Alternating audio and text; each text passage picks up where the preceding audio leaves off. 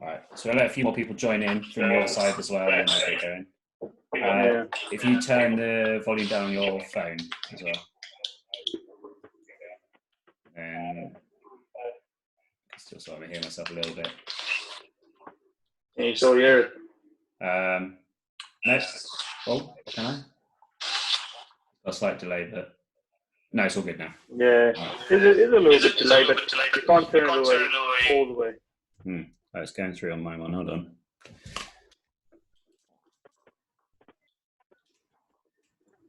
Yeah, I prefer to turn the headphones on. Yeah, all right. Yeah, that's much better. Oh, good. All right. We'll get started then. Welcome everybody to the Quarantine Zone. The Quarantine Zone is a daily live chat here on Instagram Live, and then I'm recording it now on Zoom so we can get it up on YouTube at a later date. If you saw the Instagram or Facebook post, you'll know who I have on today. I'm probably going to butcher your name a couple of times, so I do apologize. But yeah, I've got Alwyn, is that right? That's correct, yeah. Okay. Is that the Welsh? Is that from Welsh origins, or? I think the origin is Welsh, but you spell it a little bit different, but yeah. All right, fair enough. So yeah, I've got you on today. If you guys are coming over from his Instagram page, then my name is Ben. I'm a quadriplegic personal trainer here in the UK, and I do a lot of online fitness videos for people in wheelchairs. And at the moment during quarantine, I'm doing live streaming for that, and I'm also doing these shows to help people that are basically isolated and they're maybe feeling lonely or anxious or whatever it might be. So about an hour chat, and then just a bit of escapism and yeah, something to enjoy basically for a bit. So yeah, thank you very much, Alwyn, for joining me today. Do you want to introduce yourself a little bit so people know who you are? Thanks, Ben. So yeah, I'm from South Africa and I'm a paraplegic Ironman athlete, and also run a YouTube channel, and yeah, been in a wheelchair now for 5 years, so still learning, I guess. Yeah, so you say you're 5 years in, so you're still fairly new to it all as well, then. So yeah, it's funny to think of it. 5 years is very long, but actually, yes, it is quite new. Yeah, it's a crazy old world to be a part of, the spinal injury world as such. So, but we'll get into a bit more of that. What we'd like to start with the chats is talking about what you were doing before your injury. So, if you let us know what your life was like pre-injury, then yeah, go on. Yeah, so pre-injury, I come from a rugby background, professional rugby player, and I was injured at the age of 24. So right through high school and for about 6 years after school, I played professional rugby, and so that ranges from provincial to elite club level. And yeah, age of 24, then I got paralyzed in a car accident, and then a new career started in paratriathlon. Not immediately, of course. There were other things involved, other sports. I tried almost everything, but I ended up with Ironman races, which is quite exciting. So never get bored of that. Yeah, it sounds like you've done quite a lot over the years. And we've got Xander.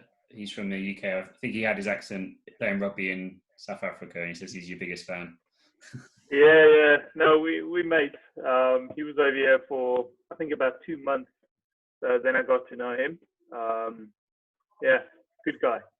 Yeah, hopefully I'm going to have him on the show at some point in the near future too. So yeah, definitely have a good chat about his. Interesting. Yeah, definitely. So yeah, you were saying beforehand you were sort of a professional rugby player. What was that like? Growing up, in the sporting background, and yeah, what were you like as a person? It's always interesting to hear what people are like pre-injury as a person, and then how they've changed afterwards.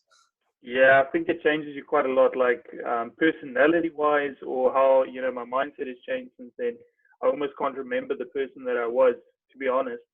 Obviously, at the core, you're still the same, but I've always loved sport, predominantly rugby, but I've always been an active person and outgoing, and loved the outdoors. So yeah, when the accident happened, obviously a lot of things changed because you're so active and you love the outdoors. A lot of things you can't do. So I think the impact you feel is quite a lot. Not that some people would take it easier than others, or some have it easier. But yeah, for me, that was quite rough. Personality-wise, yes, there's a lot that changed.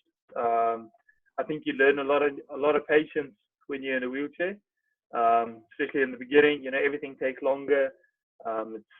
Life is just completely upside down. So you learn to cope with these things, and it teaches you lots of character. So like I said, I can barely remember the person that I was before the accident. Obviously for the better. So yeah, interesting transformation, eh? Yeah, definitely. I've said it quite a few times on these chats that I've post-injury, I just noticed the little things. Like pre-injury, I was a professional swimmer, so similar sort of to you in terms of I was always constantly trying to chase like this dream of trying to be a professional swimmer and not really looking around and appreciating what life had to offer outside of that. And then this thing forces you to stop and look around a bit more. Yeah, so. Yeah, it's kind of crazy. Absolutely. Like you have a new appreciation for life and smaller things, and yeah, it's incredible. Yeah, it's crazy. I will just say, I forgot to say at the beginning, so if you guys have got any questions as we're going along, I will write them down as we're going along, and then if they're related to what we're talking about, then we'll put them in there, and if not, we'll just stick them on at the end and talk then. So. Yeah, sure. Sounds good. All right. So yeah, this active person, I'm really interested when you get to the accident itself. So if you could talk about the accident, I'm always interested to hear what it's like in different countries in terms of the process afterwards, because we've had people from America, obviously they got their different healthcare system to us here in the UK. Absolutely.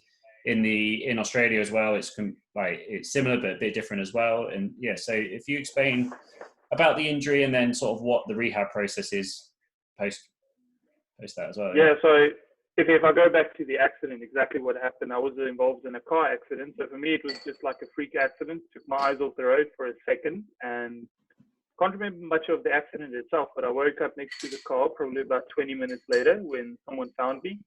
And it's the funniest feeling, like you are hurt a lot, but you don't exactly know what's wrong. Like I'm guilty of it. Like I did not know how you get a spinal cord injury before my accident. I didn't know how people ended up in a wheelchair, which is actually ironic. It's actually, and once you get thrown into this world, then obviously you learn a lot of new things. But at that time, like I didn't know, how this happened. And I was lying next to the car, and I can just remember like the thought going through my head. I tried to get up, obviously, and they just told me, look, you hurt your back really bad, so just lie down, lay still. And I remember the pain, the immense pain, and the cold. Like it can literally feel like you are dying. And I just thought it's shock. I thought my body was in shock and I'm unable to get up. So I just lay still. I just tried once and I was like, oh shit, okay, this is real. So just lie down. And then the ambulance came, and I can just remember the pain really, going in and out of consciousness. And I woke up the next day only. So yeah, that was a horrific experience. And the next day I woke up, and it's funny, like no one literally, ever comes to you and tells you, look, this is what happened, and this is how your life's going to be from now on. You kind of put the pieces together as you go along. I only got told that I'm going to have an operation and this is what they're going to do, but that's just a procedure. Like the surgeon has to tell you what he's going to do, and you need to sign consent for that. But he did make it clear though that I'm going to have this operation, but the operation isn't going to make me walk again. It's just to stabilize me and actually, keep me alive at that stage. I was hurt quite bad. I broke my back and my neck, my neck, and my shoulder and my ribs and my femur. So I was crushed. So that was the information that I got. And then from there, I got released from the hospital quite quickly. I think it was about 3 days. And then I went to rehab, and I was 4 months in rehab. But in rehab, they just learn or teach you to cope with things. They don't really, you're not gonna, teach you to walk again or do rehab to strengthen your legs or anything. Well, that's what I discovered. So I thought that is what they are going to do. Like I'm going to get fixed and I'm going to walk out of here. And it just came clear to me that they're actually just teaching me to survive. how to use a wheelchair, how to get dressed, how to look after yourself, the bowel routines, and all these kind of things that you have to learn. And it's a lot of information. You get flooded with information, and it's like a complete sensory overload, and then you're in shock and trauma and everything. So those 4 months feel like an eternity.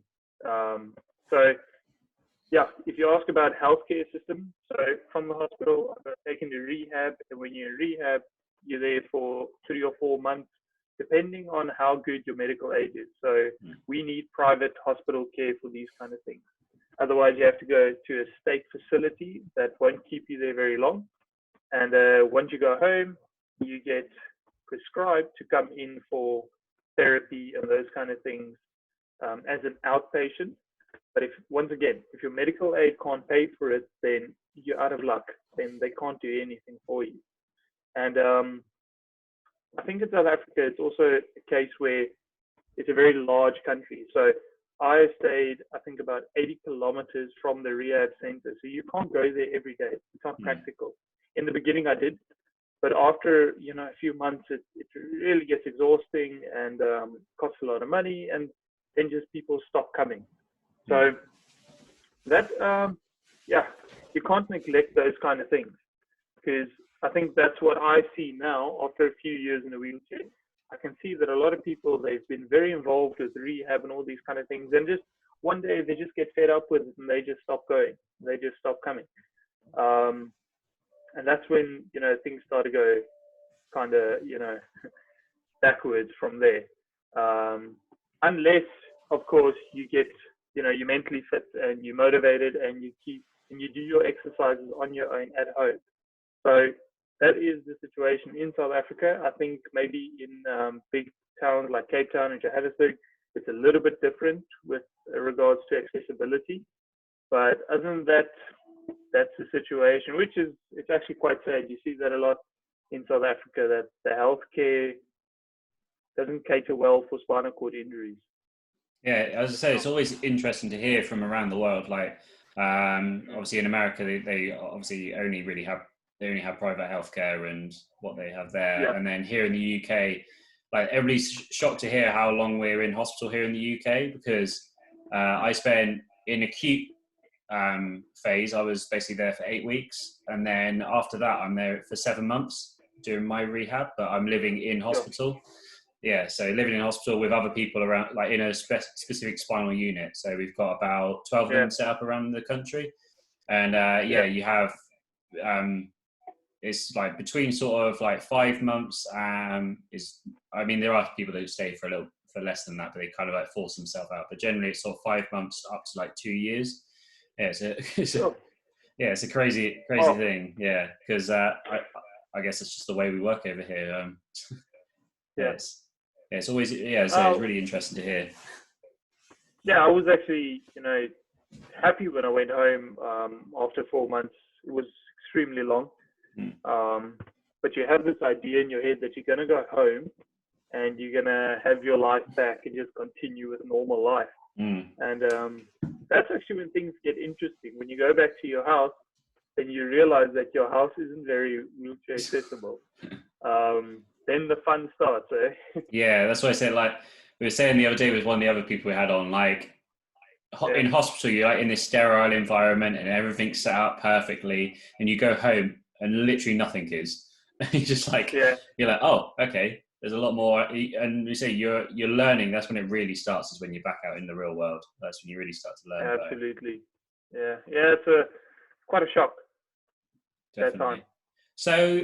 Yeah, because you were a sports person before, and obviously with my background as swimming, I always say that my swimming sort of helped me through my rehab. For me personally, I wanted just to get back into swimming, and like that gave me a goal and a focus to be back into it. So I want to know like if you have a goal and a focus, but also I want to know if like your rugby career like gave you any sort of skills mentally, you think, to help you through that period of time in the early days.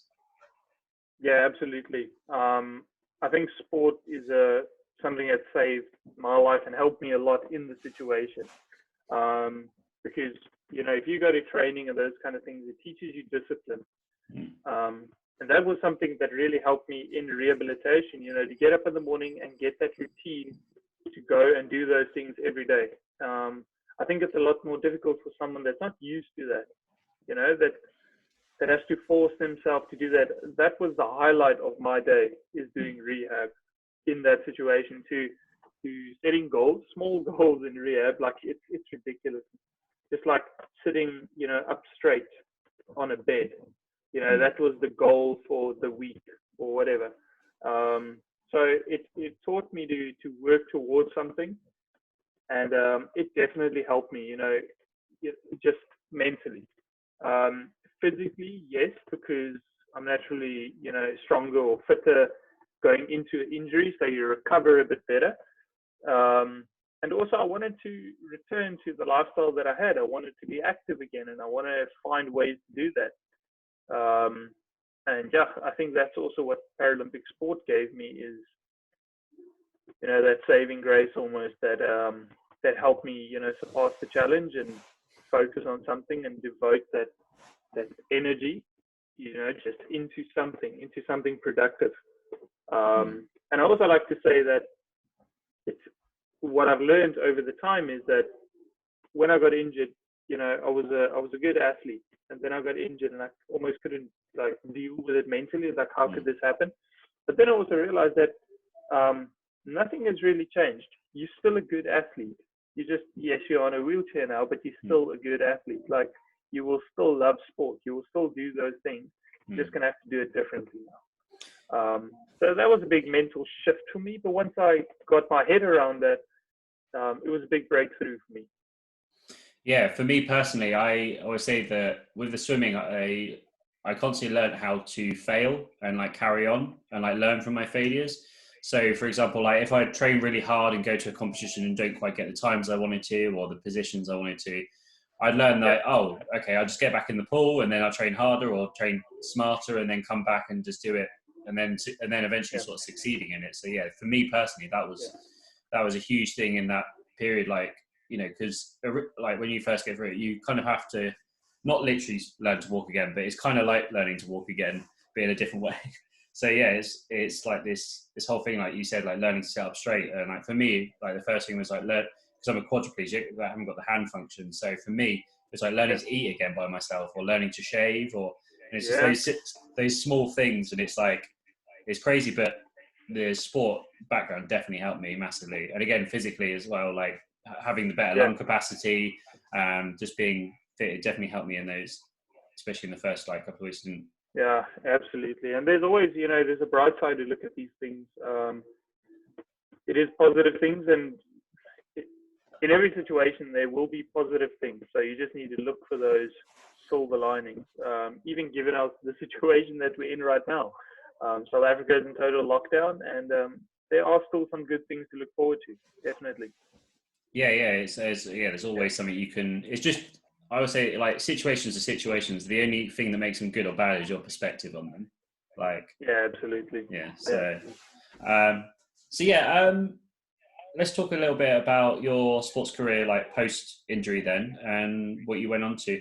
I'd be interested to hear how you came about, finding on the sport you're doing now. So yeah, what was the career? Yeah. You go ahead. Yeah. So just a quick background. So I started out with rowing, sculling, which is actually quite interesting. I don't know if you know Benjamin Pritchett. I think he's rowing for Britain at the moment, para rower. So him and I started around the same time, rowing, and he just kept on with it. Actually, he's a very good rower at the moment. And it was just the first sport that was accessible for me to do. So I jumped on it and I got into rowing. I did that for 2 years. I won 2 SA championships, national championships for that. But being, living in Cape Town, it's very difficult in rowing. You need someone that can assist you into the boat, onto the water. You need a coach. And it's difficult because I want to be, independent and do my own thing. So at the back of my mind, I knew that wasn't something that I was going to stick to long term. Also, being newly injured, you rediscover this whole new world of Paralympic sport. So I wanted to make sure that what I'm doing, I'm the best at. Maybe I'm better at something else, and I would have never even tried it. So I went on, I did shot put, javelin, discus, track and field stuff, and then I got into cycling, which to me was just the most, freeing thing to do. To go on the road, leave my wheelchair at home, and be out on the roads for a few hours. And that was just amazing, and I was immediately hooked on that. Unfortunately, the equipment is quite expensive. Buying bikes and racing chairs is very expensive. So it took me a few years to build up, the cash flow and to get the equipment to get into that. But the end goal was always doing Ironman. And the reason for that is because when I was an able-bodied athlete, I always looked at people doing Ironman and I thought, okay, these guys are mental. How could you do these distances and put your body through that? But I wanted to understand, like, how could they be so fit? How could they be, it's a very extreme sport. How could you push yourself so far mentally to be, busy with an event for 10 or 11 hours? And that always kind of fascinated me, because to me, it was the most extreme thing to do. And then I actually read about people doing it in a wheelchair, and I was like, what? This is just crazy. Like, I can't believe that people actually do that.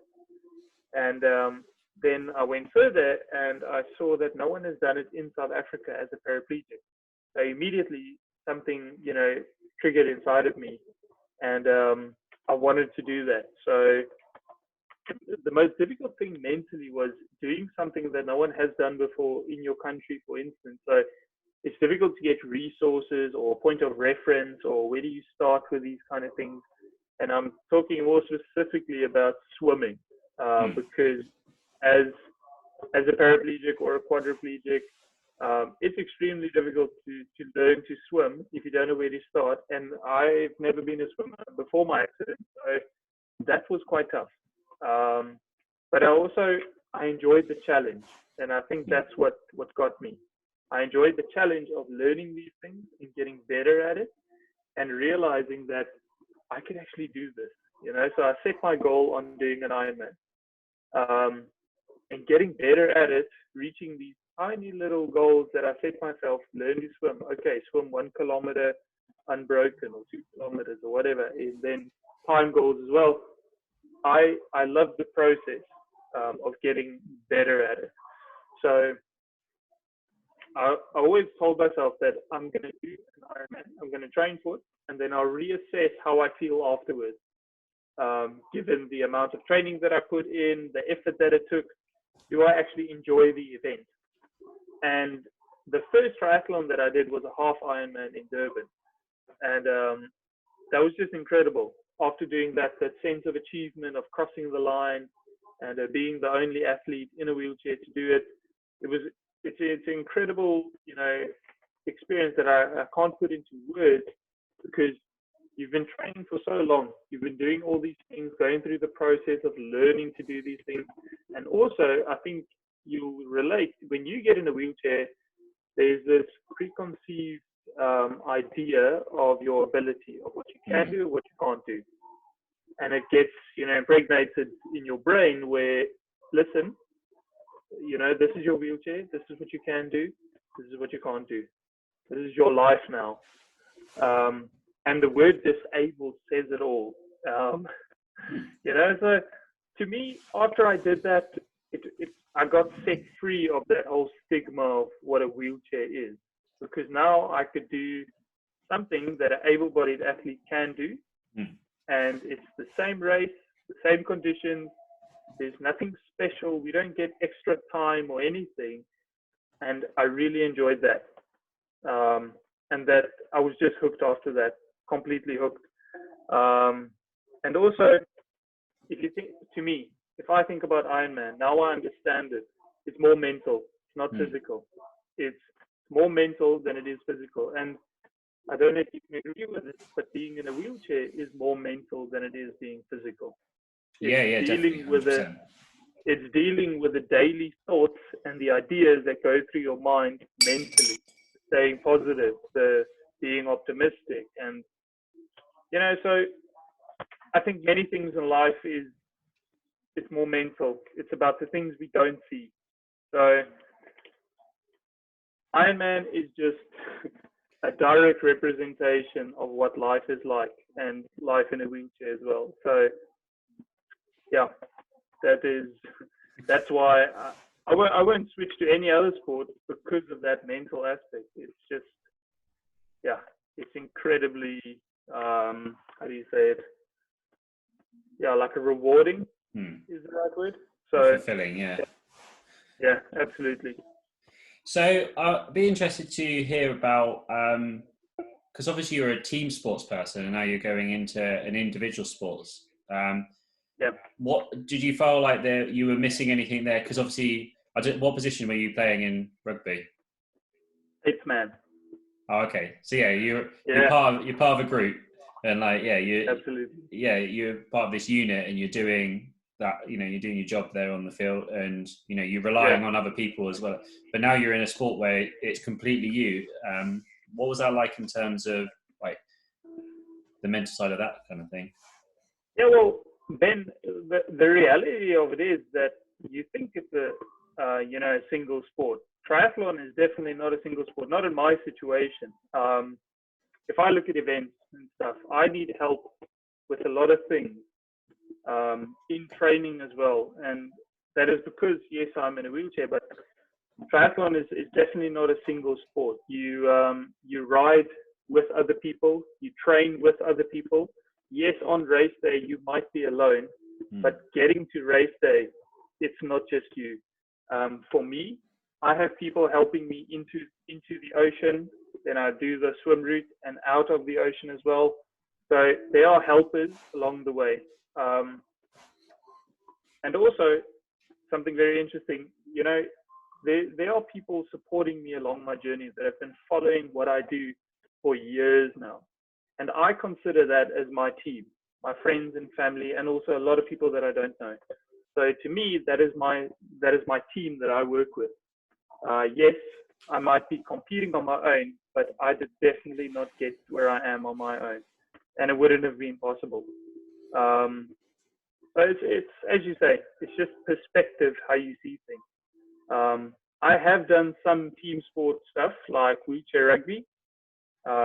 Unfortunately, I can't do that as a sport, but it was so much fun to be in a team setup, and I do miss it, of course. But triathlon, yeah, in my case, is definitely not a single effort. Definitely not. It's interesting you say about like it's your your team. I say that about like my group of people that are just around me, just in my general life. That's my wheelchair team as such. That's my getting through life team. We also help support each other, and whether it be mentally or physically, just that's the group of people that I surround myself with to live my life. So yeah, it's just again, you said about it's a reflection of disability life. The achievement, and it's same in the sport as it is in life. So sure. Because I always try and convince people that aren't very sporty, like that, to try and get into sports, because it's like the least important thing about the sport is the sport. It's like everything else around it is the bit that you actually fall in love with. Yeah, that's very true. That's a good way to think about it. So what was I going to say? Yeah, I didn't want to talk too much about rugby because obviously I'm English, so I didn't want to don't want to go into that too much. But if anybody's got any more questions, feel free to put them in the comments. Americans probably won't have a clue what it was on about then, but no, definitely not. So yeah, if anybody's got any more questions, so have you got anything else that you sort of achieved along the way, or something that you'd like to mention? I've got a few more things I'd like to say, but is there anything else? Not really. I think we've covered quite a lot of it, and I think the best is yet to come. So not much to talk about the past, really. Yeah. Well, that's what I wanted to go on to as well, like your plans for the future and sort of what you kind of want to go on to achieve, or other things you want to do, both inside your sport and personally as well. Yeah, so inside the sport, I'm very focused on, sticking with the Ironman brand. There's a lot of other triathlon brands out there, but I enjoy the Ironman brand and definitely sticking to that. And going for a world championship definitely within the next few years. Traveling, because the amazing thing about Ironman is it's all over the world, and I think that is such a good opportunity, to see the world, travel the world, race overseas, and that is a big goal of mine. And then also, on a personal level, YouTube is a big passion of mine. I'd love to grow that. We spoke about that a bit earlier, where when I got injured, there weren't a lot of resources out there how to do things. And I wish that I could just see how to get into a bath, or how to get into a car, or how to get up from the floor. But I had to figure these things out on my own. So the goal of that is obviously to share that kind of knowledge, things that I've learned along the way, and also track, my whole journey with the Ironman. And as I said, when I started training for Ironman, 1 second. Some feedback. It just, all right, should be okay now. How was that? Yeah, that's all good. Yeah, it just disconnected for a second. Yeah. So what I was saying, when I started to learn to swim, I searched everywhere, YouTube, Google, and I couldn't find methods or techniques on how to swim. So I want to put that stuff out there, and that is the whole goal of the YouTube channel, and I want to grow that. So that is a big passion of mine. And also what we spoke about earlier, you change as a person a lot. It's a completely new person after an accident, but it feels like there's a lot of positive things and things that I've learned along the way, and things you want to share with people, because you don't need to get paralyzed to learn these kind of things. So I think it's our responsibility to share these kind of things with people and to better their lives, with what we've gone through. So, if you can look at books and podcasts and audiobooks and all these kind of things. My life was changed in a big way, so I'd love to return the favor and help other people along the way as well. Yeah, definitely. So you're saying about the YouTube channel. Where should people come and check that out if they want to see what you're trying to achieve there with that? Yeah, so the YouTube channel is just Alwyn Uys. It's just my profile name and surname. You can definitely go check that out. At the moment, 1 video a week is what I'm aiming for. And I must say it's quite a fun hobby and something to get into. It's definitely the future of social media in my eyes. Yeah, definitely. And I was the same when I was searching out for YouTube stuff. I was trying to find stuff in terms of trying to find exercises for wheelchair users, because there was nothing out there. There was some like old 80s aerobics video with some old people in a nursing home, but there wasn't anything. It's ridiculous. Yeah, there's nothing. So and since I started out, I found a few that started just before me, and since then a few more people have joined on. But yeah, it definitely needs to be more and variety as well. I always say that the importance of role models is massive. Like for me, my swimming career all started because of watching Ian Thorpe as a swimmer. And like, I was like, I want to do that. It's like, if there's like a young kid or somebody who's just had their accident and they're like, what do I do? Like, they need the role models there to show them like, this is what you can do. And like, it was massively improved their life and just speed up that recovery process in terms of getting them to the point where they want to be. So, if I look at the things that I had to learn along the way, it took me days and weeks to learn certain things. If I would have just had a video resource or someone that I could talk to, I could have saved a lot of time and frustration learning these new things. So, I've checked out your channel as well, and I think it's an amazing initiative to share those kind of things with people. Yeah. Yeah, definitely. And I'm always happy to promote and show more of these people, because I said that there's so many different types of people. Like, for example, if you're a paraplegic, you're not going to, and maybe you're South African even, you might want to come to someone who's South African paraplegic, who's trying to do the same things you're doing. So we need more variety, more people doing it, the better. It's going to help everyone out in the long run. So the more the merrier. Absolutely. So also, I was going to say, if I have plans to come to South Africa at some point, definitely. Awesome.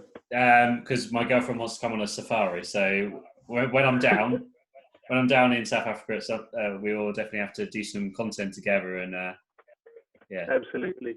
awesome. Yeah, it'll be very cool. Yeah, you have to show me the wheelchair side of South Africa. Oh yeah, I think it's quite interesting in South Africa because not very wheelchair friendly most places, but you adapt to the situation. So yeah, you just have to adapt to what fine. you're given, no matter where it is. Like everywhere has its own unique challenges wherever you might be. So yeah, absolutely. Cool. So you can make it work. Yeah, exactly. The last thing I sort of wanted to touch on was in terms of what you're doing at the moment, because obviously with coronavirus, like everything's shut down. You can't do much. I want to know how it's affecting your training and how it's affecting, because obviously you do competitions. If they were coming up, they've been cancelled now. So what are you doing in terms of training at home or whatever like that? Do you want to? Yeah. So with regards to all events have obviously cancelled or postponed, which is bad, but it's okay. There will be a time where we will be able to race again. So just have to be patient with that. And it is a bit bad because that is how I earn a living and sponsorships, and it is what I do, but it's okay. The show must go on. So training, luckily for me, I've got an indoor gym. So I can do cycling over there and I can do weights. I can't do swimming at the moment, but next week, Friday, we can start going out on the roads again. So then I can continue with running or racing wheelchair. But the swimming is the only thing that I actually can't do. So yeah, that's predominantly how it's been affecting us. I think what's worse is the boredom at the moment and the economy, and not being able to go to church is quite a big thing for me. I just miss my community and, friends and family. And that is quite a big, impact that it has mentally on everyone. So it also gave me some time to refocus and think about a lot of things that I actually want to do. And when everything is going on around us, the noise of the world is quite loud. And in this time, I just found it amazing where I could just focus on a lot of other things, get my focus back on events and career, because when everything is going on, I kind of lose myself in the day-to-day things. So I really enjoy this time. But at the moment, we're close to 5 weeks in South Africa. I think that's long enough for a lockdown. So yeah, I hope this all gets lifted real soon. Yeah, and in terms of, because you were saying about competing around the world, do you know when I guess you don't really know about when the all's going to get started up? Nobody really knows at the moment, do they? No, the only information that I have is the next event for me is the full Ironman in South Africa, which is 15 November. So, things have been properly postponed or cancelled even. To be honest, I just told myself, if I'm able to compete this year still, then it's a plus, then it's a bonus. So I'm not putting my hopes on anything. And it's okay, because it made me also realize that why am I doing these things? I love training and I love the process of training. So I'm not going to get caught up in, there are no events. It's okay, because I don't just do the sport for the events. I do it for everything in between as well. Yeah. So it's important to, to tell yourself those things and get through this whole situation.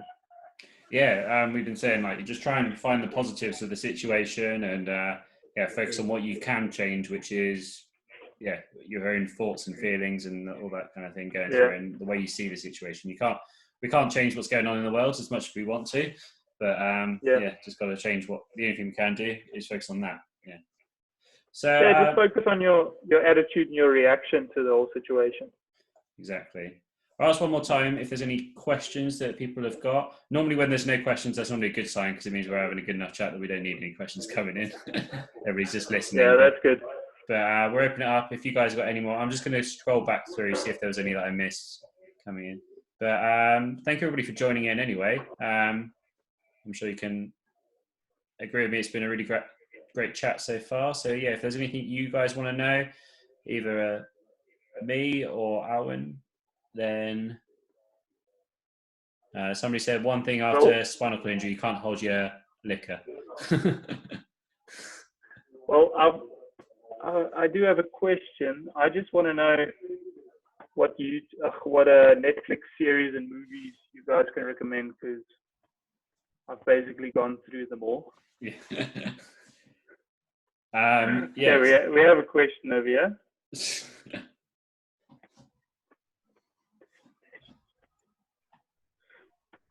Okay, yeah. So the question from Maggie Hall.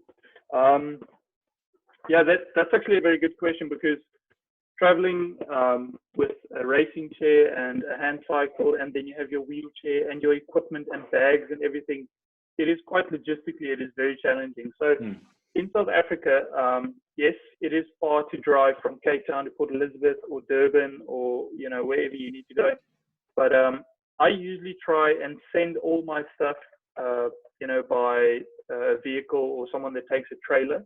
Because I found that if you fly with everything, yes, it's a lot of effort. You have to pay extra for it as well.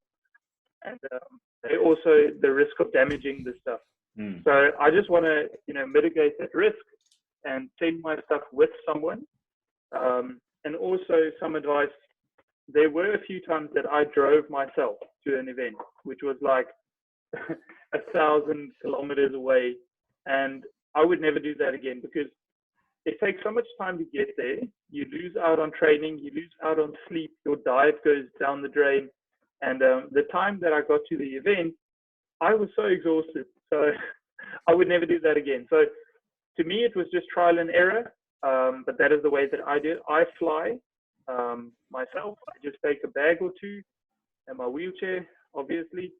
And I send all the rest, I send with someone, because there's always someone that drives to the event.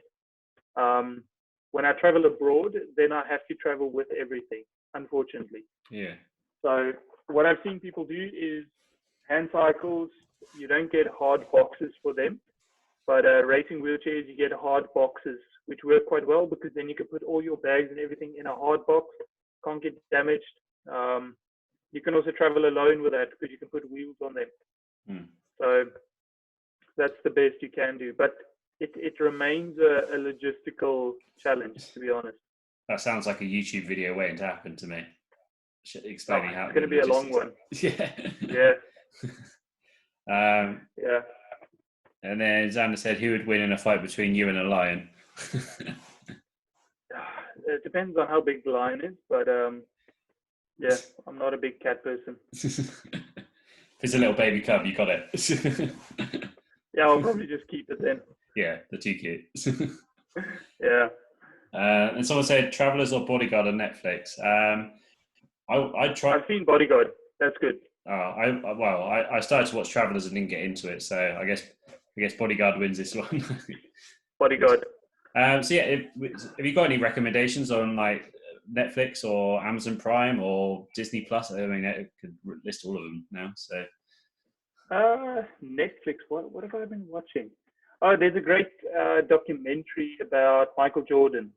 Oh yeah, that's cool. on my list. Yeah, I need to watch that definitely. Yeah, I like documentaries. I don't do movies really. Documentaries or series or reality stuff. That's very interesting to me. Yeah, for me personally, I like podcasts and audiobooks, just because while I'm working and like preparing for these sort of shows and that, I don't really have time to stick on a movie, and I'll get distracted too easily. So for me, audiobooks tends to be mostly fiction stuff. So at the moment I'm going through Brandon Sanderson. So he's a fantasy writer. Okay. Yeah, it's called the Mistborn series. So it's basically what if like the Dark Lord won, like, you know, Lord of the Rings, all that kind of thing. If what would happen if their empire was running, and then goes on from there. So it's pretty interesting. And then I see someone is commenting Tiger King. I've watched that. That is some that's some messed up stuff. But it's funny. I watched the original Louis Theroux one like a long time ago, like when he went there. Oh yeah. I need to get. Well, I think I'm the only person who hasn't seen Tiger King yet. but yeah, it does look pretty crazy. And Crip Camp, that's also quite good. I think that is, it's very inspiring and motivating, and it's quite cool. I enjoyed that. Yeah, one on Amazon. We had Jack on like one of the first shows. He's from Ireland, and he's got a film on Amazon. I'm pretty sure it's called Breaking Boundaries, but it's basically him just after he got disabled. He's a quadriplegic like myself, and he went to America with his friends, and it's them road tripping, and it's sort of like explaining like the trip of just being injured, like the journey of that and the journey of the mates together. So that's a really good documentary thing. Yeah. So, oh, that'll be cool. Yeah, it's pretty awesome. Good.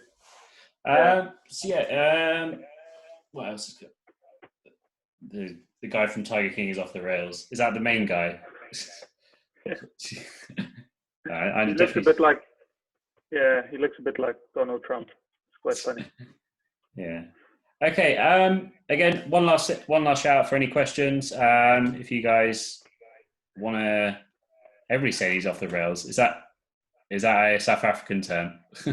Off the rails. I don't know, but it's pretty accurate though, with regards to the series. All right. Yeah. So, any last questions while they're coming in, if they do come in, then if people want to see more about you, where should they come and find out? Sorry, just repeat that.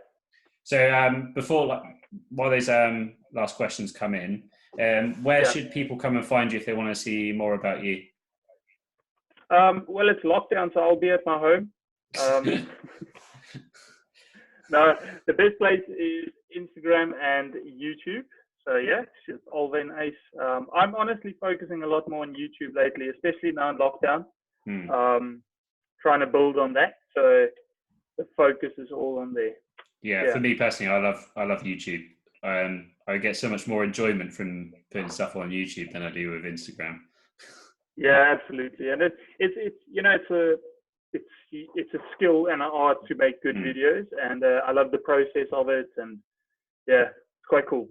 Yeah, definitely. So I look forward to seeing your channel grow over the years, and we definitely have to collaborate. Oh, absolutely. Well, when you come to South Africa, we're definitely going to do something. Yeah. And if there's ever an Ironman over here, you just let me know. And, I was actually looking at some because I spoke to Zander about it, and I also have family in London as well, so I'd love to come there and do a competition. But yeah, at the moment, not happening. Maybe in the near future. All right, that would be awesome. Anyway, and you guys that are joining in from Alwyn's page, my name is Ben. I'm a quadriplegic personal trainer in the UK.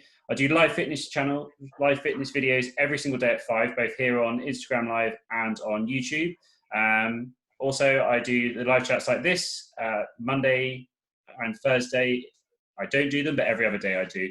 I need to come up with a better way of saying that. But I'll get my presenter voice at some point. Basically, I'm Adapt to Perform everywhere. If you watch it on YouTube, you can see the sign behind me, but it's not on here on Instagram. Yeah, Adapt to Perform. You can find me everywhere, every single social media place. I'm there, annoying people with my spam. But yeah, thank you very much for watching, everyone. I hope you enjoyed it. I certainly did. It's been great getting to know you. I actually only contacted you literally today. But I don't have much else to do, so. Basically, I apparently got to say something before we go. Basically, I got suggested to come to you and put you on the show, and I was like, okay. And then so I messaged you this morning, and then that's the first time we chatted, and now we're on live. So it's the power of the internet. Yeah, sounds good. So what is this I've got to say? Is this going to be something rude? Is this going to get me demonetized on YouTube? No, it's not something rude. All right. I don't think I can even say that. So Grillerage, Groen, Gogatinese. Is that close enough? Not even close. Not even close. Fair enough. No. What's it meant to mean? Or is it even translatable? It's Afrikaans, so it's grillerige groen goggaatjies. Fair enough. Which is probably like disgusting green insects. Oh, okay. Yeah. I don't think my posh Southern English accent does that justice. No.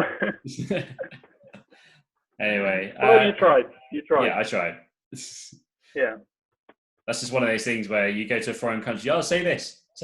You're like, what am I saying? Yeah. Everyone does that. That's the only problem with being English. Everybody already knows it. All right. All right. Cool. Right, again, thank you very much for joining, everyone. Thank you, Alwyn. All right. I don't get it wrong at one point. There you go. All right. The thing I keep thinking Pleasure. is Alwyn Jones. That's who I keep thinking of when I saw the name. I was just like, Yes. Yeah, the Welsh rugby player. yeah. That's what kept coming into my mind. So I'm like, don't say that. It might be wrong. All right. No, it's very similar, so you're not far off. Yeah. All right then. Thank you very much, everybody, and we'll see you soon. Bye. All right. Cheers.